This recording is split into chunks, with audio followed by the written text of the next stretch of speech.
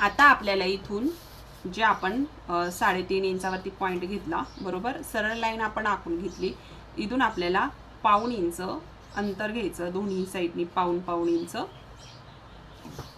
आणि हा पॉइंट इथं जोडून द्यायचा.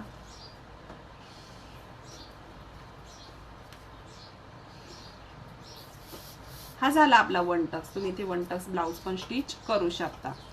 आता इथून आपल्याला घ्यायचा आहे 1.5 इंच पॉइंट. ह्या साईडनी ही 1.5 घ्यायचं आणि ह्या साईडनी पण 1.5 घ्यायचं. त्याच्यानंतर इथून 2.5 इंच घ्यायचं.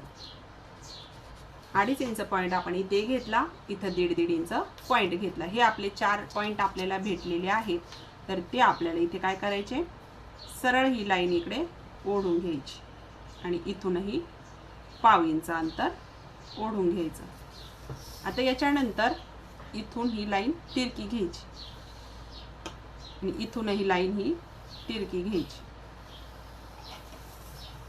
ही लाईन आपल्याला तिरकीच घ्यायची. बऱ्याच मैत्रिणी ही लाईन सरळ ओढतात, तर ही सरळ लाईन घेऊ नका, या पद्धतीने तिरकी घ्या आणि तुमच्या ब्लाउजमध्ये पफ बघा किती सुंदर येईल म्हणून. आता हे आपण भेटलेले आहेत 4 पॉइंट. पण ज्यावेळेस तुम्ही हे ब्लाउज स्टिच करशाल त्यावेळेस तुम्हाला हा फ्रंट पार्ट कमी पडेल. याच्यासाठी आपल्याला काही पॉइंट वाढवायचे आहेत. तर ते कसे वाढवायचे, हा जो इथला टक्स आपण इथं घेणार त्यावेळेस हे आपल्याला पॉइंट कमी पडेल, तर इथं अर्धा इंच वाढवून घ्या. त्याच्यानंतर इथला